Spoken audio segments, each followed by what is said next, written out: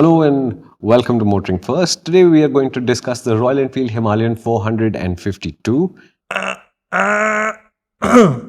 What happened now? Not 452.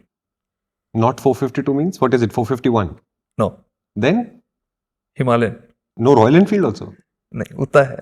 So Royal Enfield Himalayan. Oh, you're saying the official name of the bike is Royal Enfield Himalayan. It's not the Himalayan 452. There's no numeric There's no suffix. badge on the bike to say 450 anything. Right. None of their material says 450 anything except when it's saying specs to say that the engine is 452cc. Right. But the bike is just Himalayan.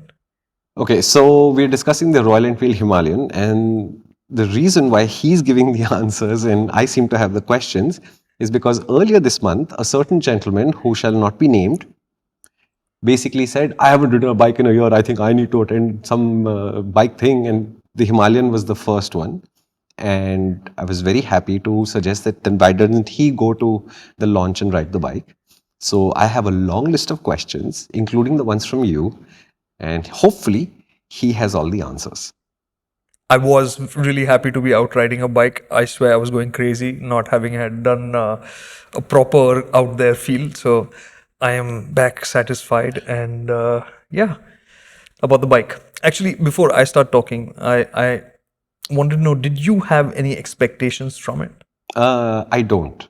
No? I try not to preconceive notions about motorcycles if I'm going to test them next. So I'm honestly telling you, I know that the Himalayan was supposed to get a larger liquid cooled engine because this is an old conversation.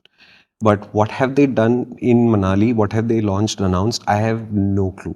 Right. When I started to tune in, all I got was exhaust note videos and I tuned out at that point of time. Kartik and I haven't spoken, although he's been in the office for a few hours since he came back from Manali. I know how it looks because I did post the picture of it saying, please send us your questions. That's all I know. Tell me one surprising thing that nobody has figured out about the Himalayan that you instantly saw when I rode the bike. Chassis. Chassis. Chassis. Ooh, I love that. Yeah. So yeah, there's a very interesting thing about that. Okay, so let's start at how much has the 411 changed to become the 452? So it's completely new, right? Because it's liquid cooled. It's a completely new architecture. The engine itself, right, is completely modern. It has become liquid cooled. It's got more power, some 40 horsepower and whatever. The torque has all gone. Basically, it's more powerful than the 411, right? But just on the engine itself, they have saved 10 kilograms. Okay. Right? Despite all the changes and being properly modern and all. And yeah, for a Royal Enfield, this has got a lot of firsts. So it's got, it's liquid cooled. Yes. Dual overhead camshafts. Right. So 4 valves. Yeah, 4 valves. It's got a forged piston. Oh. Yeah. And, and also like the twins, it gets a slip and assist clutch. So it's got a lot of stuff on it now, right? So it's properly modern that way, ride by wire, right? So the first motorcycle from RE to get ride by wire. So it's a new engine. There's nothing that's shared with the old engine, except for one thing, is that if we go back 6 years to when the Himalayan came out, right? And what kind of options we had back then to what kind of options we have today. Right. And as a community of riders who've been going off-road, we have also evolved, right? Bit. Yes. So we have people who are now more skilled, who have maybe started on X-Pulses and Impulses and Himalayans and then moved to 390 Adventures and now looking for a next step. Right. So if you're looking for this modern Himalayan to be the more exciting Himalayan, it's probably not going to do it. But I think that's just a misplaced expectation, right? Yeah. People are expecting that. And RE throughout their presentations was saying, we wanted to build a Himalayan. We wanted to build a Himalayan, right? And I was in my head saying, come on, that's not going to happen. You've gone from that slow, boring 411 engine, very, very calm, shant and great to travel with. But from that engine to a liquid cool engine with 12 and a half, compression has gone up. All this performance has happened. It's going to feel different, right? Yeah, but wait, it's a 450cc engine that's still only making 40 bhp. All the displacement is being used to produce 42 Newton meters of torque at 5500. It sounds like a Himalayan. So here's the thing. So first, when you see the bike, you've seen it in the pictures and all. I didn't have much of an opinion on it, right? And in pictures, I didn't know what to make of it. When I saw it in the flesh, the first thing that hit you was that, you know what? this looks like purposeful. Hmm. And if it weren't for those tank racks and that round headlamp, I think it could be a motorcycle from any brand. And I think I say that in a good way. I think the old design was, well, it was good. Oh, we're going to mince words now? No, I don't know what to call it. It looked very functional, but it looked and felt like a tool, right? No, and I think we got used to how that Himalayan looks. But if you look back at the Himalayan and think of it as classically good motorcycle design, it doesn't qualify. It's a very functional design. How they got that seat height to combine with that ground clearance and that suspension movement, insane. That's good engineering. The engine didn't match up to it. Yeah. And the styling certainly did it no favors at all. I haven't met anybody who's looked at the Himalayan 411 says that is a sexy motorcycle that I'd like to own. I've met a lot of people who said, I don't care how it looks, but it does what I think it should. And I'm glad that so I think they're going to great lengths to draw the connection to the Himalayan, saying that, no, look at the silhouette. It's still like the Himalayan. Like, okay, fine, Yeah, maybe you didn't need to do that. Yeah, because it's got like that tall tank, which then dips down. Actually, now the motorcycle feels bigger, feels more substantial, but it doesn't feel more intimidating. Right?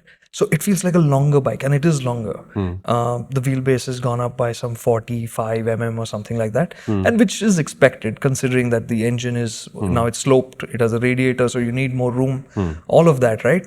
So does it physically look like a significantly larger motorcycle in the flesh? Yes. That's it important. Looks like a more substantial bike. It doesn't feel like it's tall. Like, how ADVs typically you'll think they'll be towering above you. It doesn't feel that way. Right. So it's not going to worry you when you're looking at it.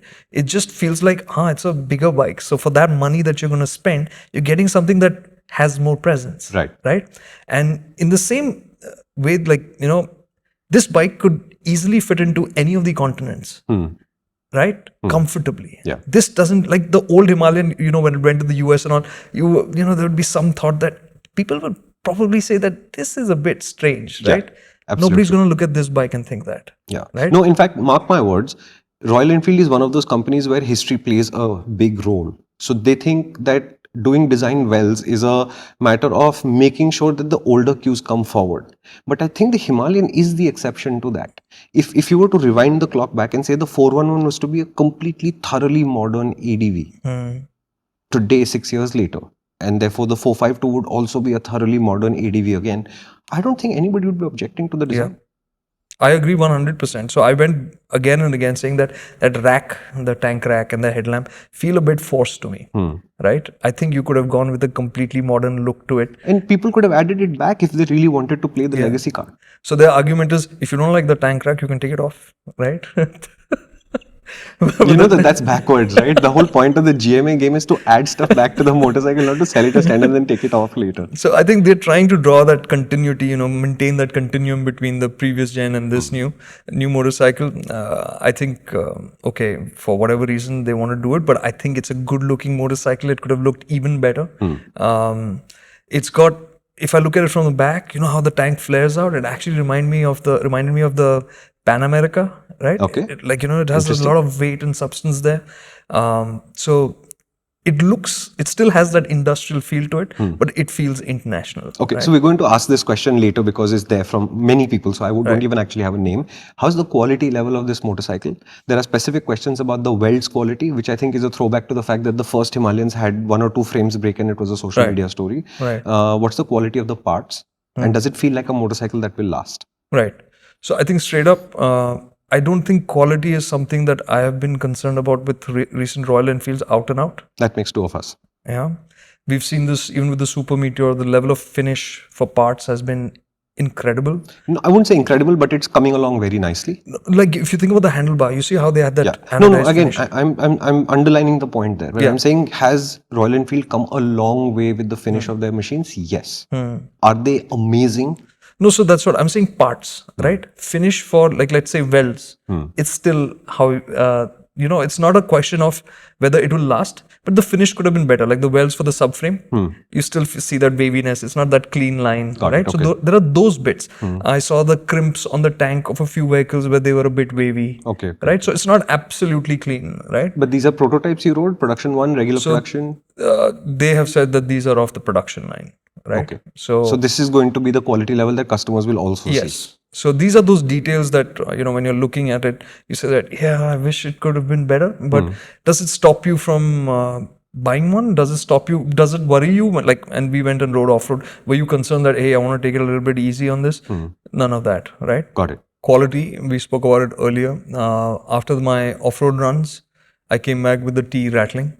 So I asked them to tighten that up. That did happen. So it doesn't have a tail lamp, interestingly. Yeah. The indicators double up as the tail lamp. It has now... Is that a pro? Is that a con? I think from the point of making a statement and being recognizable, it's cool. Does it look nice? I don't think so. Because somebody said, what if I break one of those indicators? Because indicators break in India because our parking lots are pretty crowded, right? So they're assuming that because it has a tail light and an indicator function, if you break one, it'll be more expensive to replace than if it was just an indicator and the tail light was a separate. I don't think that'll be a significant cost. It's LEDs. It's not going to be very expensive to do. Yeah, that would be my assumption as well. Yeah.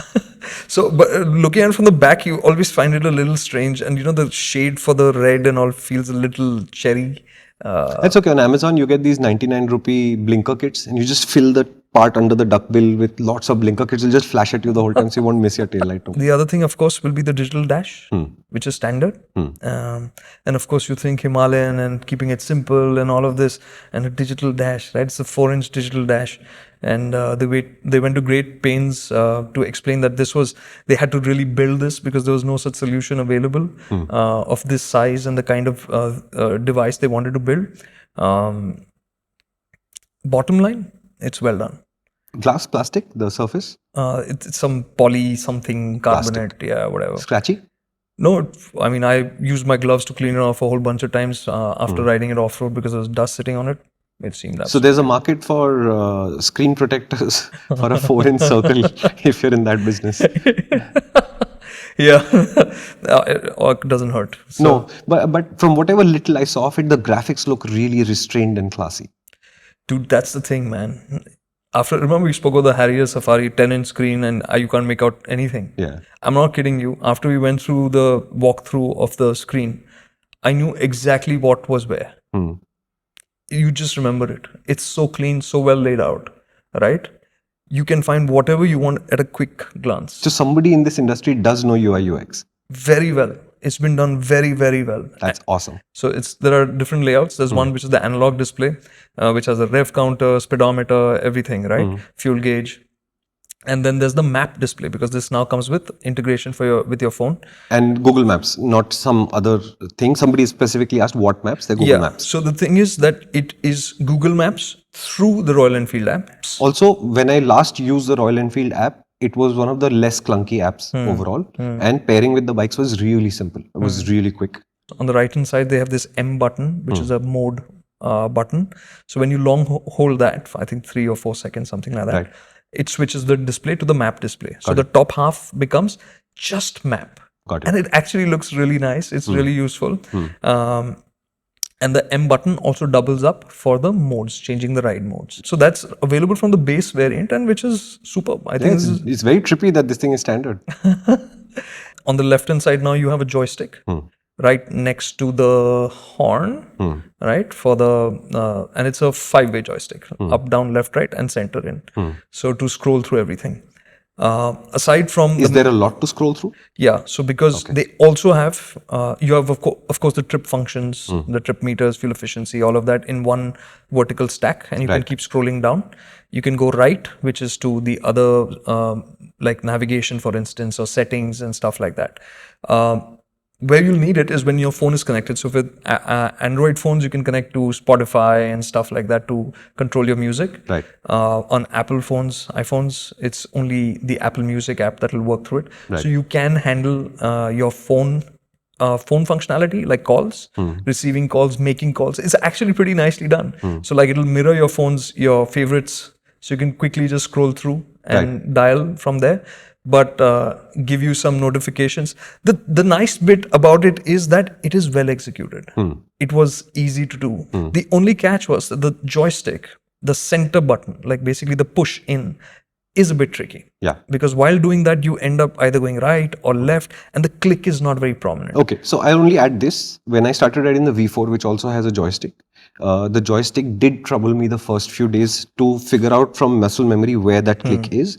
But I think about 5 or 8 rides later, I had remembered exactly where the click is, and I've never misclicked before. So increasingly with time, I'm sort of not worrying too much about the scientific. You learn. I think that's the most important thing about UI UX.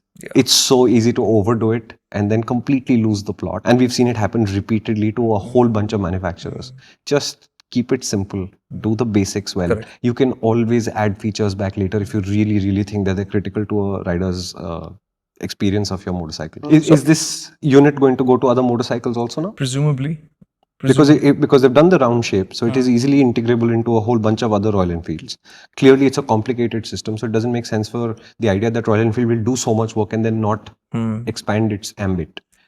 See, in some bikes, straight fit, I think will be difficult considering it's mounted into the console. No, but if you can make a 4-inch TFT, you can make a 3.5-inch TFT or a 5.5-inch TFT if you feel like also, because it's a supplier making a larger unit and it's a UI UX guy giving you a larger version of those graphics or a smaller version of the graphics. It's not that complicated. I think the 4-inch... The circular TFT is the really complicated part. And if they've solved that, then I don't see why a Classic 350 couldn't have a screen like that with that kind of curated, evolved graphics that really work with the bike. I think Classic would be tricky because it's flat, right? The reflection. They, like on this, it's angled like this, right? Whereas on the Classic, it's in the headlamp area. But if SD can do it and nobody can read the meter and they're still riding their bike, why can't Royal Enfield? It's a cool feature. Anyways. Okay, sorry. We got distracted completely into design because we were halfway through the engine when we left. When I look at the bike, I said that this doesn't look like a Himalayan, right? When you get on the motorcycle and you start riding, eyes closed, obviously, but you just take in the sensations of the bike and it feels absolutely Himalayan. So is that the BS3 Himalayan with the lots of niggles, or the one after that with fewer niggles, or the latest one with the least amount of niggles so far? Yeah. What I mean is the easygoing nature, right?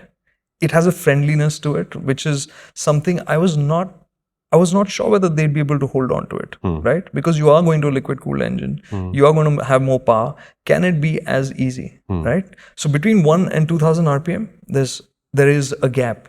There is certain softness to the throttle when you open it initially, but we've seen this constantly with as we go into BS6, BS 6.2, that little bit does creep in. Right. But from 2000 RPM, the way it's riding feels so easy going. So like 6th gear, 2000 RPM, you're doing 40 kilometers an hour, you open and it does that and it's gone. It's pulling happily. Right. So, and I was taken aback by it. I had assumed that this transition, that character will get depleted to some extent. This will become a more serious motorcycle.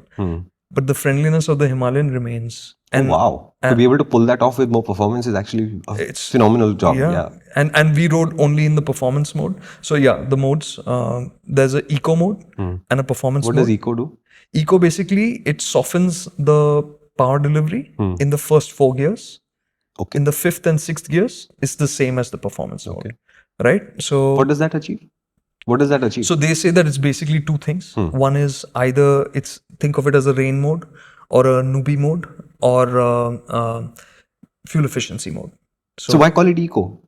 Eco is, I guess, easy to just say soft, right? Why not call it efficiency mode? Or newbie mode? I mean, call it बहुत सारा देती है. So yeah. Wait, there is nothing to do with the emissions that the eco mode. Eco is it's. You're burning less fuel. Yeah.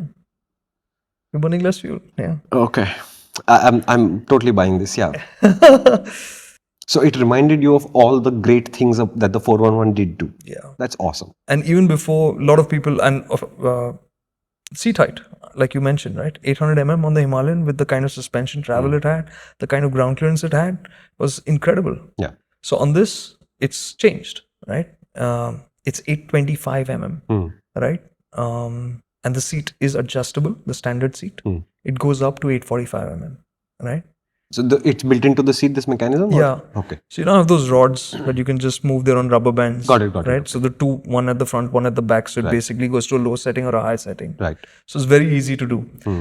So you can go to 845 quickly, bring it back to 825. Interestingly, the at the lowest setting, they have an optional seat, which basically eats into the foam. They've cut away from the foam. So it drops the seat height by another 20 mm. Right. So that seat height becomes 805. So the low seat height Himalayan does not compromise your suspension. It just cuts the foam out of your seat. It just cuts the foam out. Right. Right. What happens when you try to go fast? Oh, we're going to, go in that direction. Well, you said that it goes gently, easily. Yeah. Okay, great. I don't do that. I want to go fast. So tell me if this 40 bhp is a thing. Yeah. So, okay. They were, I mean, Royal Enfield went to great lengths to re-emphasize and actually again and again that, hey, you're not riding a 40 horsepower motorcycle right now because you're at near 10,000 feet. So you're closer to 28 or 30 horsepower, right? Oh, so 28 to 30 horsepower is the Himalayan equivalent of 40 bhp. No, by Himalayan, I mean the mountains, not the motorcycle. Before you misconstrue this completely. He's not going to miss any opportunity on this. So yeah, so they were at, I mean, they repeated this again. No, so now Royal Enfield, I would definitely want a motorcycle with 40 Himalayan bhp on the Himalayan.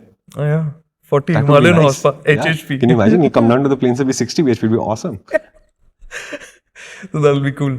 So some things, because of the slip and assist clutch, fairly light. Gearbox was impeccable. I was actually surprised because I took the pure hardcore TCXs. TCXs. So I was not used to them, and I thought this is going to be a little tricky. I don't think I missed a shift any given point in time. No it quick was just shifter? click. No quick shift. No, again, you guys asked. This is not my question. Acha. Don't look at me like I'm trying to poke a hole in a story. I have a lot of questions. In there is a quick shifter. So I asked. Okay. So no quick shifter. But accessory quick shifter Royal Enfield, I think it would be a good idea. I don't know why. But I'll tell you why. Okay. I've been riding the 390 Duke, the test bike around, where they have an up and down quick shifter and it works really well. And it's a frivolous accessory maybe, but it does add to your riding experience, which is I'm not asking for a standard quick shifter. I'm saying have it as an option. It does make a difference. Right.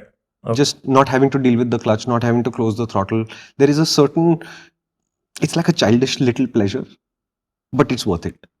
I've got a reason why you should have it, but we'll come to that, like we said. All right. Okay. So before I went out, Shumi looked at me and said, "Listen, when you come back, I don't want to talk about off-roading. I want to talk about touring, okay?" Sorry to tell you, we didn't do too much touring. We were up in the mountains. The roads are twisty, windy, and there was very little place that you Okay, no problem. Let's see if we can frame the conversation for touring after you tell me how the bike goes fast. With whatever 28 Himalayan horsepower or whatever it has. Okay, I'm going to jump to Is that. it fast or not? Dude, it's quick. It's a lot of fun. Okay. Is it strained sounding when you get past 120? Okay, I did the usual gearing checking and all of that. First gear 50. Arey Baba, just answer my question first now. No, because you'll get it. First gear 53 or something like that. Second gear 86. Third gear 100 and something. Fourth gear is almost 130. Oh yeah, that sounds good. This bike pulls. So they've kept the gears long. Right. So in 6, what are you doing at 100 kmph? 100 kmph is about 5,000 RPM. Oh sweet. And you said there was no vibration, refinement, harshness. So there is slight buzz that comes at about 6,000, right? But nothing that is bothersome. Now, if you notice, for the vibrations, clearly it was a concern for them. They wanted to get this right. So if you look at the foot pegs, right? The foot pegs actually have dual hangers. So there's one which is on the frame. Right. Then there's another part that bolts onto that, and between the two are rubber bushings. So it's this triangle shape of which the foot pegs have been hung. So they were, and I looked at it and I said, this is looks like they really wanted to take care of something. And I asked, I said, this looks like extra weight, right? He said, yeah, but it's a big single. So we wanted to make sure it was smooth. And through the entire ride, and that day we did about 230, 40 kilometers. That's first day. Yeah, I only rode one day, and I actually did probably a bit more because I did more off-road and all of that. I didn't come off the bike feeling my feet were tingling or my palms were tingling or anything. You felt a buzz at times through the tank or through the bar. So but transient buzz may be there, but overall it's a smooth bike. Absolutely, right? So is it going to hold you back from doing long distances faster? No, I don't think so. And what's the claim top speed? When I asked them, they said about 150. That's not bad. Not bad at all. Especially considering that now this motorcycle in 6th gear, you can spend time between 100 and 120 easily. Yeah. Right? So you are at a good place. Yeah, you're at a good place. And this thing revs out to almost 9,000 RPM. and we were downshifting, going hard, and at no point did you feel like, okay, I don't think the bike wants to do Super, this. great. So the thing is, when you spoke about the quick shifter, what's hidden in this bike is a great naked. It has the potential to be a fantastic road bike. It's not hidden. It's 6 months from now. So and I know a lot of you are going to say like, hey, the 390 Adventures, fantastic handling was the great. I mean, it's following in its footsteps. But keep in mind, this is with a 21-inch front wheel, not a 19. Yeah, it's a big deal. And for the way this bike was turning, the way it was holding a line and yet being adjustable and fun. And those Seat tires, a lot of people had concerns that, oh, Seat tires haven't been good. No issues. And we did some serious speeds and had Great. to. No, because I remember riding the Africa Twin 2 up through the canyons in Bosnia or Serbia, I forget now. And I was going unbelievably fast on that 21-inch front, and it looks skinny, Right? Because there was a whole group of GSs around us, and I was the only one on the Africa Twin. And when you get it right, they are incredible. So what you're saying says, but should we not rewind and tell you what the chassis is first? Yeah. Okay. Yeah. Sorry. Man, there's so much to talk about this bike. So it's an all-new chassis. It's a twin spar frame, main frame, and then you have a bolted subframe, which also tells you that there are easy ways to make this into other motorcycles by changing things around. No, but see, with Royal Enfield, we don't have to really guess their product plans because most of it has already been spotted as a spy shot somewhere. Right? So we know that the naked version of this bike is in construction. We can fairly safely assume that they will put a 19-inch front and create a scram. But we'll discuss that in a minute. So the bolt-on subframe, yes, makes total sense. What else? So the engine is tucked in that space. There's the airbox sitting right on top. They've changed the position of that as well. There's a small intake up front from which it feeds the air down. So it's a very nice, slim, compact motorcycle. In fact, at the waist, past of the tank, where the rider's sitting, when you're standing up and riding, one of the other people on the ride, his name is Dave. He's an off-road. He used to compete. So he said something really which got stuck in my head. He said, it's as slim as a motocross bike. It's that slim. Oh, that's crazy. Yeah. And because like the first time I stood up, I was like, how do I exactly get a hold of this? It actually felt that slim. So coming back to the convenience side of it through this, it's so slim. I started riding the motorcycle at the 845mm seat height and I didn't realize it, right? Because I could get my feet down all right. It was not a problem. Right? Yeah, so the idea of when you read a seat height number on a spec sheet, why it can be misleading is because you can take a relatively low seat height on a really wide motorcycle and then really struggle to put your feet down, or you can have a taller seat height on a narrow motorcycle and not struggle at all. Right. So it kept surprising in different ways, right? So that 845 didn't feel intimidating. It felt great to ride. In fact, Steve even said that, that it gives the right kind of weight balance also. But Steve Wood, right? He works for Royal Enfield. No, he said off the 845, between 845 and 825, it's just nicer for road riding. Okay, that way. That way. And then for off-road, I switched back to 825. Right. And I went. So this chassis shows so much potential, right? The way it's performing with this, it's going to be we spoke about adventure bikes being the great all-rounders, great for city, great for traveling with, great for fun. This is actually hitting the nail on the head on that front. Wow, that's a huge compliment. I'm not kidding you. I was struggling to find stuff that, this doesn't work, So I have the brakes compared to the old Himalayan are a big upgrade, right? You don't need that much. They have very good bite, but still the effort, like when we were riding hard, you could feel at the end of the ride, at the end of 100 and something hard kilometers, you felt like, these aren't. Also, but okay, I'll discount that a little bit because in the mountains, you're just on the brakes, on the gas, on the brakes, turning, on the brakes, gas. So it's a lot of work. Also, I think they have traditionally, the way they've calibrated their brakes is that they are not scary. Right? This is that same Himalayan friendliness, right? I think that's the character that they try to keep, that it should not feel too sharp because then you also get dive, right? So they've tried to keep it a little bit on the gentle side.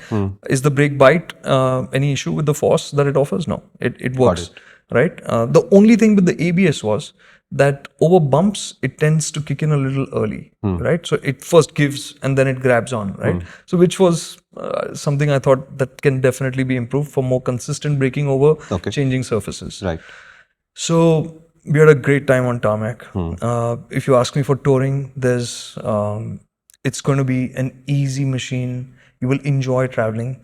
The one thing that I kept asking them was, given that you moved to ride by wire, given that this motorcycle genuinely has this ability to travel now, why didn't you give cruise control with it? And traction control while you're at it. Yeah, I mean, these are things, in terms of hardware, you already have it in place. Yeah. Right? So, Did you get an answer? so it was like no clear answer. Like it was, yeah, but then where do we stop kind of thing, right? I find it strange that RE is unwilling to take this step to say, like, you take this same motorcycle and put it in the US, you put it in the Europe, yeah, and you find that those features would make it complete and make it feel like it fits. There's nothing missing, right? Why do we assume that the Indian buyers will not find use or not have, will not appreciate these No, 1 features? second. If they can't decide, they can just ask us. We'll tell them the basic function set. You got to have ABS. Yeah. If you have an IMU, you should enable cornering ABS immediately. If the IMU does absolutely nothing else, we are good. No problem. If you have ride-by-wire, traction control and cruise control, if you're a touring machine. If you're not a touring machine, traction control if it's 40 bhp or above. And cruise control if it's a touring machine and has a touring intent. Otherwise, you don't need to put it. It's simple. There. And solving for the experience has nothing to do with will they accept it, will they not accept it, and what it adds to the price. If it adds to the experience, it will bring value back. So if you're making a touring motorcycle in India today where the roads are getting better and there are long straight stretches in lots of parts of this country, cruise control just makes sense. And you've got all the hardware and the software needed to enable it. You just had to add, 2 switches, right? Similarly, if the Duke 390 can have traction control, then Bosch's traction control, the low cost version has arrived and we know that that works. Super crude? No, not anymore. Used to be. So you can deploy an equivalent system from Bosch or any other supplier without too much work. Again, all the hardware and software components of that exist. So this is not rocket science at all. Does the Himalayan have an IMU? No. So you can't do cornering ABS. Finished. You can switch off the rear ABS. You can switch off the rear ABS. So you have an off-road ability kind of mode built in. And you've been clever enough not to call it super moto mode or some silly thing like that, right? Correct? Yeah. So yeah, it's not rocket science at all. And the calibration for the brakes changes when you switch off the rear ABS so that you have better off-road control. Great. The thing, so these systems, right, to me, they feel like, given how our infrastructure is changing and how much people are actually traveling on these motorcycles, right, they would be genuine value adds. In fact, on the 790 Adventure, the first year or two, I think they didn't have cruise control, but you could buy the switch cube with the switches and add it back to your motorcycle. So if, for example, in a couple of years from now, Royal Enfield decides to update the Himalayan and give it cruise control, I would say in your accessories catalog, add the switch cube back. So that when you connect the right thing to the right thing, you've got cruise control enabled.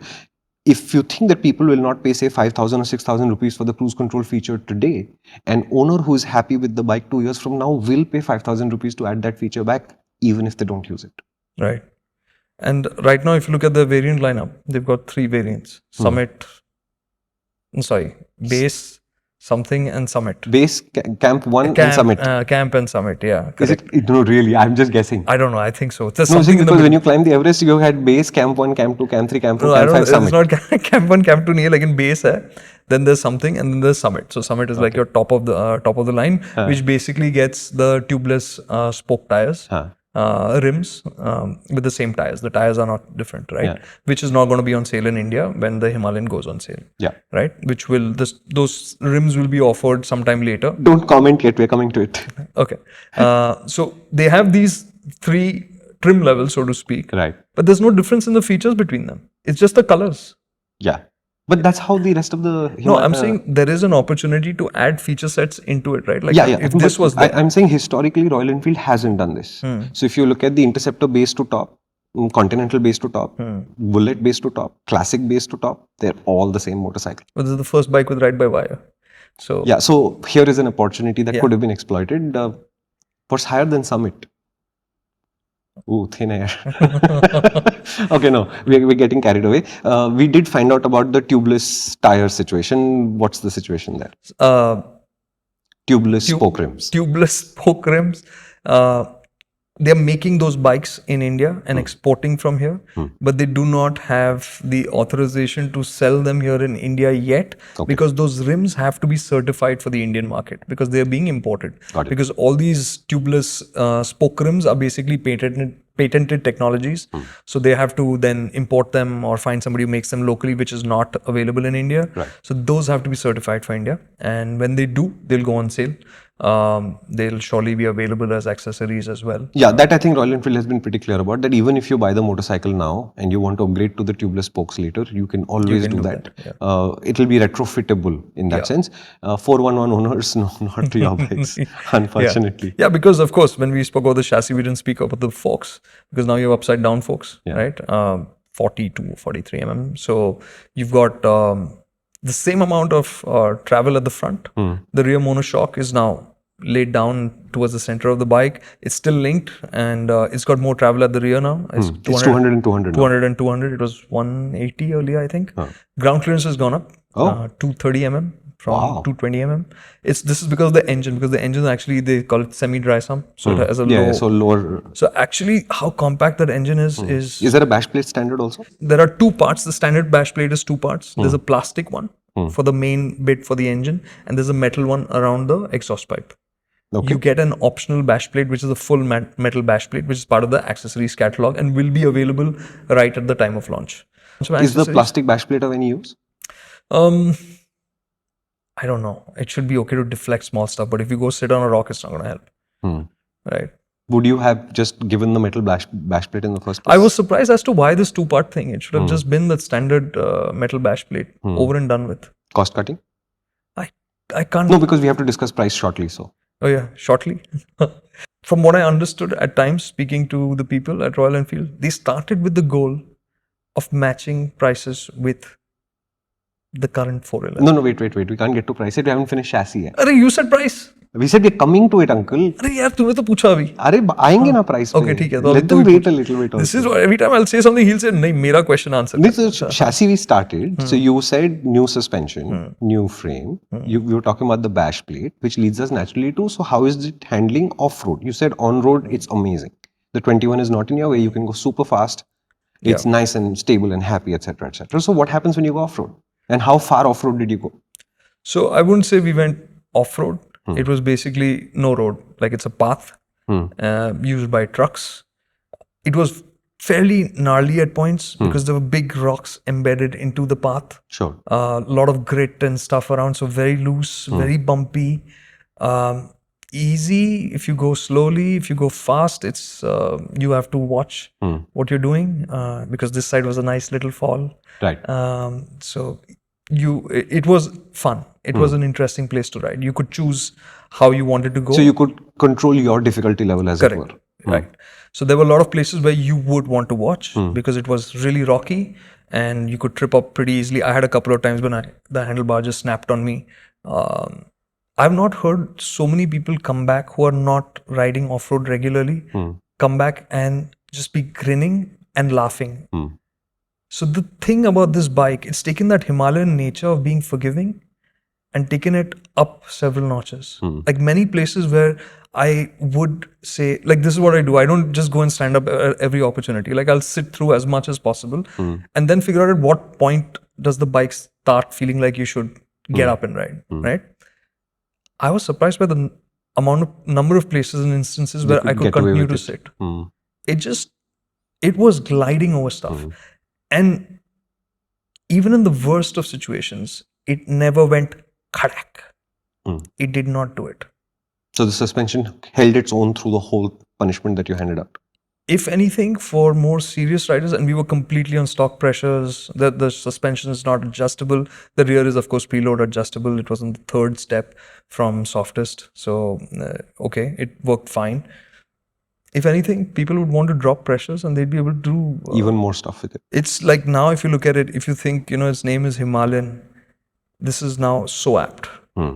If you want to travel in those kind of conditions, those kind of terrains, from the engine standpoint, from the suspension standpoint, now with the fantastic roads that you get there, this is a complete package. Also, You don't have to have an ADV to go to the Himalayas anymore. A lot of the Himalayas have good roads I and you swear. can manage. It's not a problem. What he's saying is, in case you were to encounter something unexpected, a motorcycle like the Himalayan or maybe the Scrambler 400X, etc., what the extra suspension and ground clearance do for you is to allow you to continue to go rather than think, oh, I am in a crisis and I need help now. That's all. So the one thing we didn't talk about is the weight, Hmm. right? With all these changes, we said the engine is lighter. Yeah, it's been a very heavy conversation so far. So let's get to the weight. So overall, the bike is lighter by 3 kilograms. Well, technically 5 because the tank is up by 2 liters. If you discount that, then it's 5 kilos lighter. Excellent point. Hmm. So if you think about it, the entire bike is bigger. The entire bike has packing in more, right? So it's actually a bit lighter. And when I was saying that, hey, you should have made it lighter, they said, yeah, but remember, we also have the main stand. It's not an accessory. We are packing in all this. Yeah. So the weight could have been much lighter. They could have made it even more lighter by design, by using more exotic materials. And I think Royal Enfield have done this. We've seen this with the Interceptor, with the Conti, right? They always kind of factor in this into the price of the bike, right? It kind of, they save. So are you saying heavy? It's heavy because it's so well priced? Because if you use more exotic materials, lighter weight materials, there's the factor. No, I'm not objecting. I'm just clarifying. Yeah, I think that's how I think about it. So if you think about the price of this motorcycle, do I expect it to be much more expensive, even though the performance envelope and everything, ability of the motorcycle has gone up so much? If anything I've understood about Royal Enfield over these years is that they are very keen on making these motorcycles, in terms of value equation, no-brainers. Ki, arey, ye to kya hai? So is there a plan to make a Himalayan Superleggera? So that's the thing, man. Now, after riding this, so when I started, I said, for the more experienced riders who are looking for that weapon now, right? This is not the bike. Yeah. Right? Is this the starting point? No, it's the midpoint. I think they have an opportunity, and through the kits, they will have an enduro version of the rally version or whatever of the Himalayan. The rally version is not a more serious motorcycle though. They have an exhaust. No, so I clarified. It's a collection of parts from Correct. the GMA catalog. Correct. So you have the rally seat, which is a little bit taller. You have a taller screen, which is a weird thing for me because generally more serious off-road means lower screens, not taller ones, but okay, whatever. You've got a fairly comprehensive set of handguards in there. Because when Hero says rally kit for the X-Pulse, then they mean a functional upgrade. Correct. So do you think they should have at this stage itself offered maybe more suspension, which would actually make it a single? No, I think this is a good place to start. And I think then there should be a more intent Himalayan. I'm genuinely impressed with the Himalayan to the extent that, I've always said, what will replace my Impulse? I can see this going both ways. Got it, okay. Right? I would say you build a Himalayan light, whatever. Superleggera, right? Which is your starter bike, which is unintimidating because how well they have managed to tune the chassis, right? And build the characteristic of being friendly, right? You build a light version, which is go fool around, learn how to ride, and then you step up to this for your travel or whatever. This is your do it all. And then you have the more intense version, which is for people who really want to ride hard. But wait, is this your imagination or are they actually working on something like this? I would be surprised if they aren't. But they haven't confirmed anything. They haven't confirmed anything because the one thing they've said is that this is a new vertical. The Himalayan is a new vertical. And this cannot be the top of the vertical because it's the Himalayan and only the top version is called the Summit. Top variant. Yeah, sorry, top variant is called the Summit. So there'll be something above this and there should be, I think, and the thing with Royal Enfield has been that they've been constantly saying that we will not go under 350cc, right? And I would say that it happened in the world of cars, right? Audis now have Audis, BMWs, everything has 1.5 liter engines. You don't know whether it's 1.5 liter or not. As long as the experience is right, correct, it works. So what does what does the Himalayan stand for? I think they've expressed that very clearly with the new Himalayan. And you like it. Yeah, and if those attributes are transferred to a smaller, lighter motorcycle, count me in. If you translate those to a more potent motorcycle, I'm sure there's a whole bunch of people already looking forward to that. No, in fact, I think the desperation in the off-road community is that they are getting serious a lot faster than their motorcycles are getting serious. So they will do stuff like say, oh, my 390 Adventure is an off-roader. Well, I'm sorry, but it's not. It's full credit to you for taking it that far off-road and persisting with it and putting so much effort into it. And I'm honestly saying, I'm not judging you at all. I think it's an awesome thing that you guys are pursuing it that hard, but that does not make it an off-road motorcycle. What's the price of this Himalayan? I have it. We are going to be launching the Himalayan right now, actually, because Royal Enfield has not shared the price. The launch of the bike is at Motorverse, which is the new Rider Mania. So it's going to be launched there. So that's towards the end of November. 23rd or 24th, something. So all the competitors who are watching and waiting for the Himalayan's price are just going to have to wait till 24th. Currently, it's 225. Yeah. 250? Actually, 250 is good. Fine. I think the price is going to sit between 2.6, 2.7, maybe a little bit over. I don't think it's going significantly over that. The tubeless spoke model, I'm not sure about. Because the last time I was speaking to KTM and BMW separately, and they both said tubeless spokes are always approached with caution because the rim is covered from end to end by patents on where you can mount the spoke. It's really expensive to access those patents and therefore those manufacturers. Then I think the tubeless spoke model will go another 10,000-15,000 rupees on top. My upper limit for the Himalayan is 2.6. I think that's where it should be. Because I'm coming at it from the idea of saying the Scrambler 400X, which is a similar motorcycle in some few ways, is 2.63 today. And we are assuming that these prices will slowly creep up, including the Himalayans, not to be unfair. The SD Adventure price should be at the 2.2-ish level because it was benchmarked against the Himalayan from the start. Oh, poor thing. Then, what else is there in that segment? ADVs. KTM Adventure, which is anyway an expensive motorcycle, Right. is 3.2 or something like that. What do you think about the price? Leave us a comment. Do you think this is too expensive? This is just right? Okay, so we asked you on YouTube community and on Instagram stories to send us questions. About 1,000 questions came. So I have summarized them into questions, some of which we've already answered. So this should not take long. First question is from Ash the Wanderer. The long stroke is now gone. Yeah. You must make a sound, okay? The nods are not always captured on camera. Okay? So Yash Shukla has asked, what other bikes should we expect with this new liquid-cooled engine? So the Scram, of course, is going to happen. I mean, that's a given. I'd be surprised if there's no Hunter version of this. Like, which I don't is know the- about the Hunter, but the Roadster with the 17-inch wheels was caught testing at some point. Yeah. So I mean, whatever you want to call it, because that's the Hunter is the Roadster that they have today. Yeah, right? so as far as if I were to make guesses, I would say Himalayan comes first. Remember, Himalayan's not here yet. We've ridden the Himalayan. Prices have not come as we're recording this. So I would say the Himalayan comes first. Usually, Royal Enfield will wait about 6 odd months. So give it half a year and you should see the Roadster first. And give it another half a year and I think then you should see the Scram. Scram. So effectively think of it as the 21-inch front, the 17-inch front and then the 19-inch front. Suman Satpati says, why DOHC and why do they need such a high compression for a torquey motor? See, you've gone to liquid cooled, and liquid cooling is inevitable for all vehicles because that's what allows you to deliver higher performance while controlling efficiency, right? Because you can the higher compression gives you more power, right? And more fuel economy. And of course more fuel economy. So because it's liquid cooled, it can rev higher because it can manage the heat better. What's the red line at now? Sorry? It's about, I would say 8,700 or something like About that. 9. Yeah, close to 9, right? So you can. Does that make it the highest revving engine in the Royal Enfield I think so. stable now? Yeah. I think so.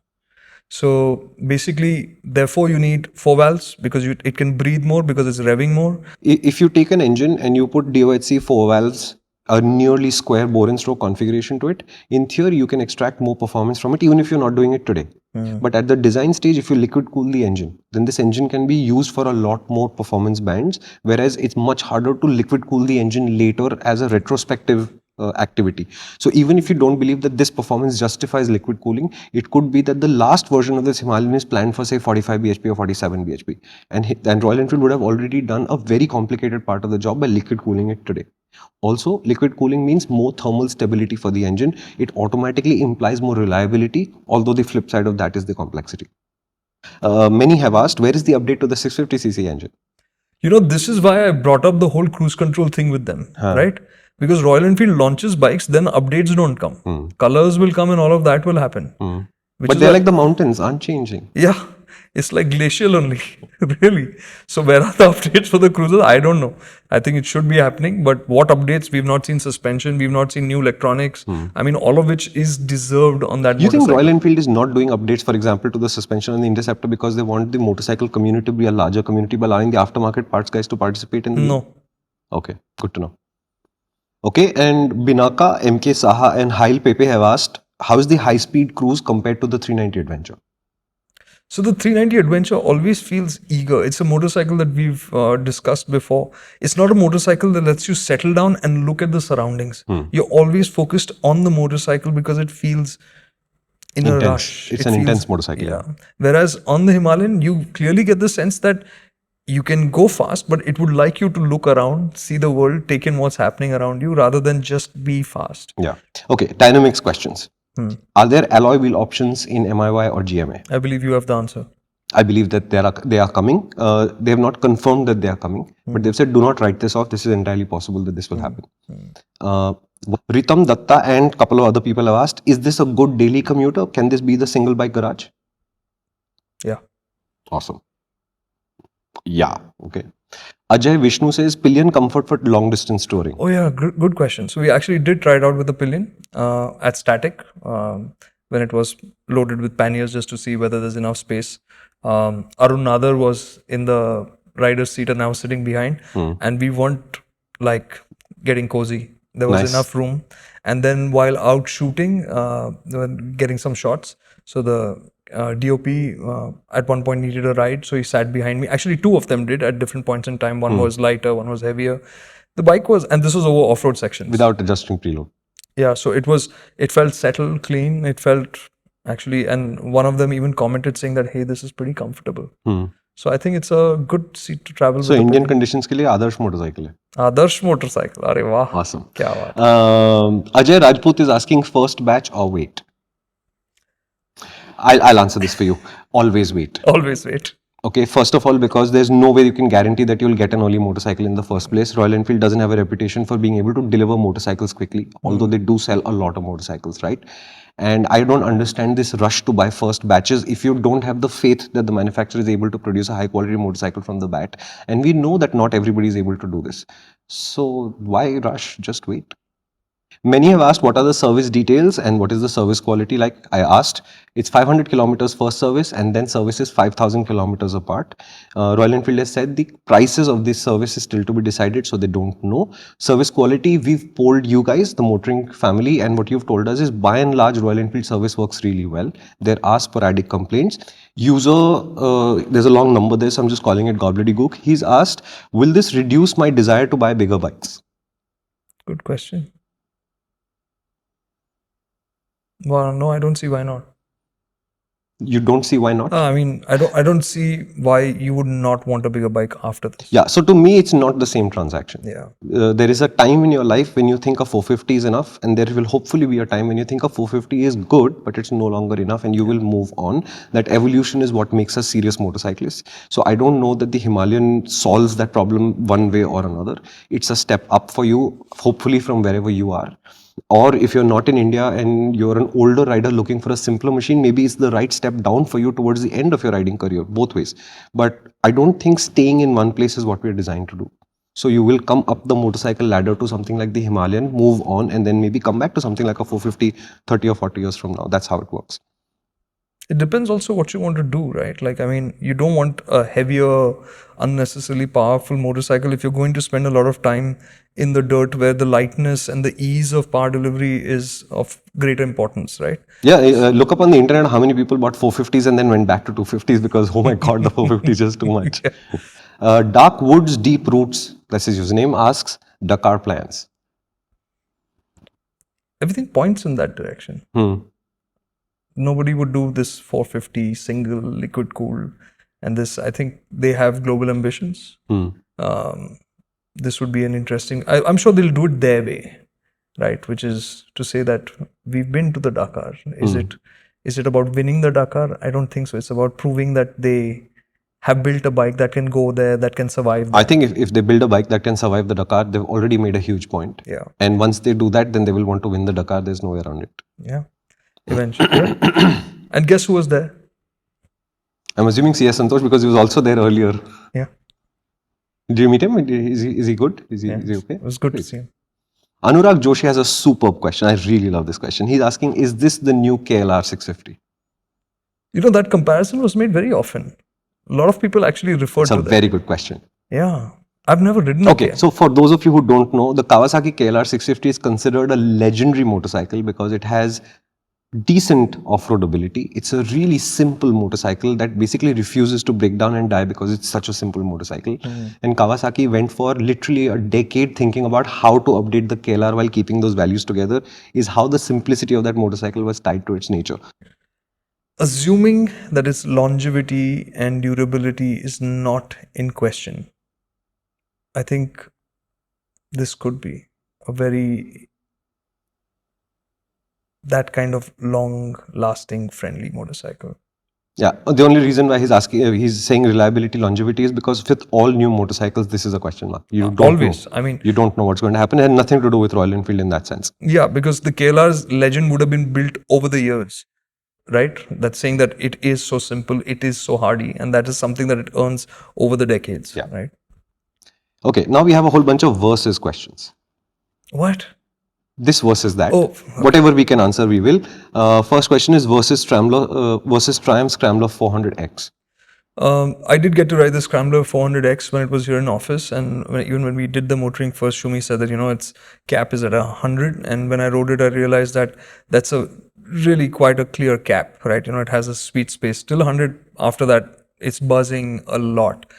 So I think of that as a great city bike, right? So it becomes a characterful, fun motorcycle for the city, compared to this, which is a lot more versatile. So Okay.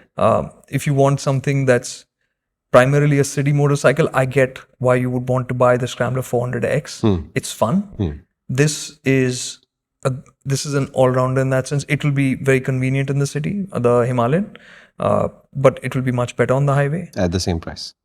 And it will, I think, also be just as much fun, if not more, even on the twisties. Awesome. Zerxville is the next question, and he's asked that he is not kicked with the 390 Adventure. He owns a Generation 1 390 Duke. Is the Himalayan going to be a good upgrade for him? So now this Himalayan can actually hang with the Dukes. The new gen Duke, will it be able to go as fast as that? No. But you can ride with them, right? And the previous gens, for sure, it will be able to ride with them. It's got its own way of doing things, but it's quick now. So is it a fun motorcycle to get on and do more stuff with? Yeah. Pratik Jain. I will answer this if you don't mind. He's just bought a Super Meteor 650, and his exact words are, "Should I now hide like an ostrich?" He cruises on tarmac only. Okay, to Pratik and everybody else who has a motorcycle, there will always be new motorcycles that come out. This does not mean your motorcycle is worse or that you've made a bad decision. What it means is you've made a decision. You have a new motorcycle or a relatively old motorcycle in your home. Your job is to make the most of it. And when you've reached that point where you say, I am bored of it or I can't learn any more from it, to figure out how to get to something that keeps you excited about motorcycling again. We've road tested a bike. It also happens to us at other places. So we've road tested a bike, and let's say that the review didn't go well for the bike. So Ronin or Hunter. It doesn't mean I hate you or look down upon you as a Ronin or Hunter owner. It means when we did the tests, what standards we expect these motorcycles to meet, they didn't meet. It doesn't make your motorcycle experience inferior. It means my expectation of your experience is not as good as the one you're having. So if you're having a better experience than that, I don't have a bone to pick with you. I'm really happy for you. So the Himalayan 452 is not the 452, it's just the Himalayan. It's completely new, not a single thing from the old motorcycle has been taken forward. So that means the new engine, which Royal Enfield calls the Sherpa, is a 452cc liquid-cooled 4-valve DOHC motor, which has a nearly square configuration. It's still actually a slightly longer stroke than the bore. It makes 42 Newton meters at 5500 RPM and just 40 something bhp at 8,500 rpm, and about 500 rpm after that is the red line for this motorcycle. What Kartik's told us is that it reminds you of the old Himalayan in being relaxed in character, although it's not a slow motorcycle anymore. And despite how the old 411s were, the 452 holds on to its performance after you've passed the torque peak. The gearbox is slick, the clutch is light, it's got a slip and assist clutch now. Yeah. What they're missing is traction control and cruise control, although they do have ride-by-wire now. You've got two riding modes, Eco, which cuts performance in the first 4 gears. The top 2 gears are full performance, and Performance, which is all performance. And you can turn the rear ABS off in either of the 2 modes if you like. Yeah. On the chassis side, it's a brand new spine frame. It's got new Showa upside down forks at the front. You've got a linkage type rear monoshock with 7-step adjustable. Yeah, twin spar frame. Yeah, Showas at both ends. So the engine is a stressed member of this frame. Correct. You've got a 17-liter fuel tank and the airbox above the engine. You've got a seat that goes from 805 to 825 for the optional low seat, 825 to 845 for the tall seat. And this adjustment is tool-free and happens on the motorcycle. You don't need to do anything else. And also on the chassis front, we forgot the rear tires are radial. And it's a 2117 setup. And there is the option of tubeless spoked wheels, which is not on sale yet. They will come to the Summit model, which is the top model of the Himalayan. We don't know when yet because there is some certification issue with these tubeless rims. So Royal Enfield is able to source them and export them right now, but they're not able to sell them in India yet. But when they appear, they will be retrofittable to all the models of the Himalayan. So even if you don't buy a Summit, you should be able to access those when you want. Yeah, to ride, it's a really nice motorcycle. Kartik did not feel that the 21-inch wheel gets in your way when you're riding twisties. Off-road, it held its own really well, so it does that well too. He actually had pillions on board when he was riding off-road, and still the motorcycle didn't actually misbehave. So the only thing he would change there is that the brake is a very gentle brake, not a lack of force, but a lack of bite. And I think he thinks that you could have a little bit more bite, so the amount of work that you have to put into brake on this motorcycle could be reduced a little bit. But otherwise, it's as the old Himalayan was, effortless in most conditions. It's just a heck of a lot faster and more capable now. And even more easy. And if you can believe it, even easier than before. Quality levels are okay. We don't anticipate any reliability issues, but there's no way to say this. Time has to pass before we know how reliable the motorcycle will turn out to be. Service intervals are 5,000 kilometers apart. We don't know what the prices are, but Royal Enfield service is usually good. Yeah. Tires, suspension, brakes, touring, sport, city. Yeah. So what I'd like you to do is, if you have any questions further than this, please leave us a comment. Do rate my summary out of 10, how good the summary you think was. Do rate how you think the Himalayan was out of 10. And you can use the context of the old Himalayan as a reference, or just like a current day ADV format motorcycle as a reference if you prefer. And we are going to get this motorcycle for test. We don't know when yet. Should be soon. Should be soon. Once we test it, we'll have a MotorInc view story and comparisons with relevant motorcycles. Some of the motorcycles you think are relevant are actually relevant, but we'll discuss that later. And the price will come out at the end of November when Royal Enfield has the Motoverse event. So there is currently no price on the motorcycle yet. Our anticipation is prices will start at 2.6.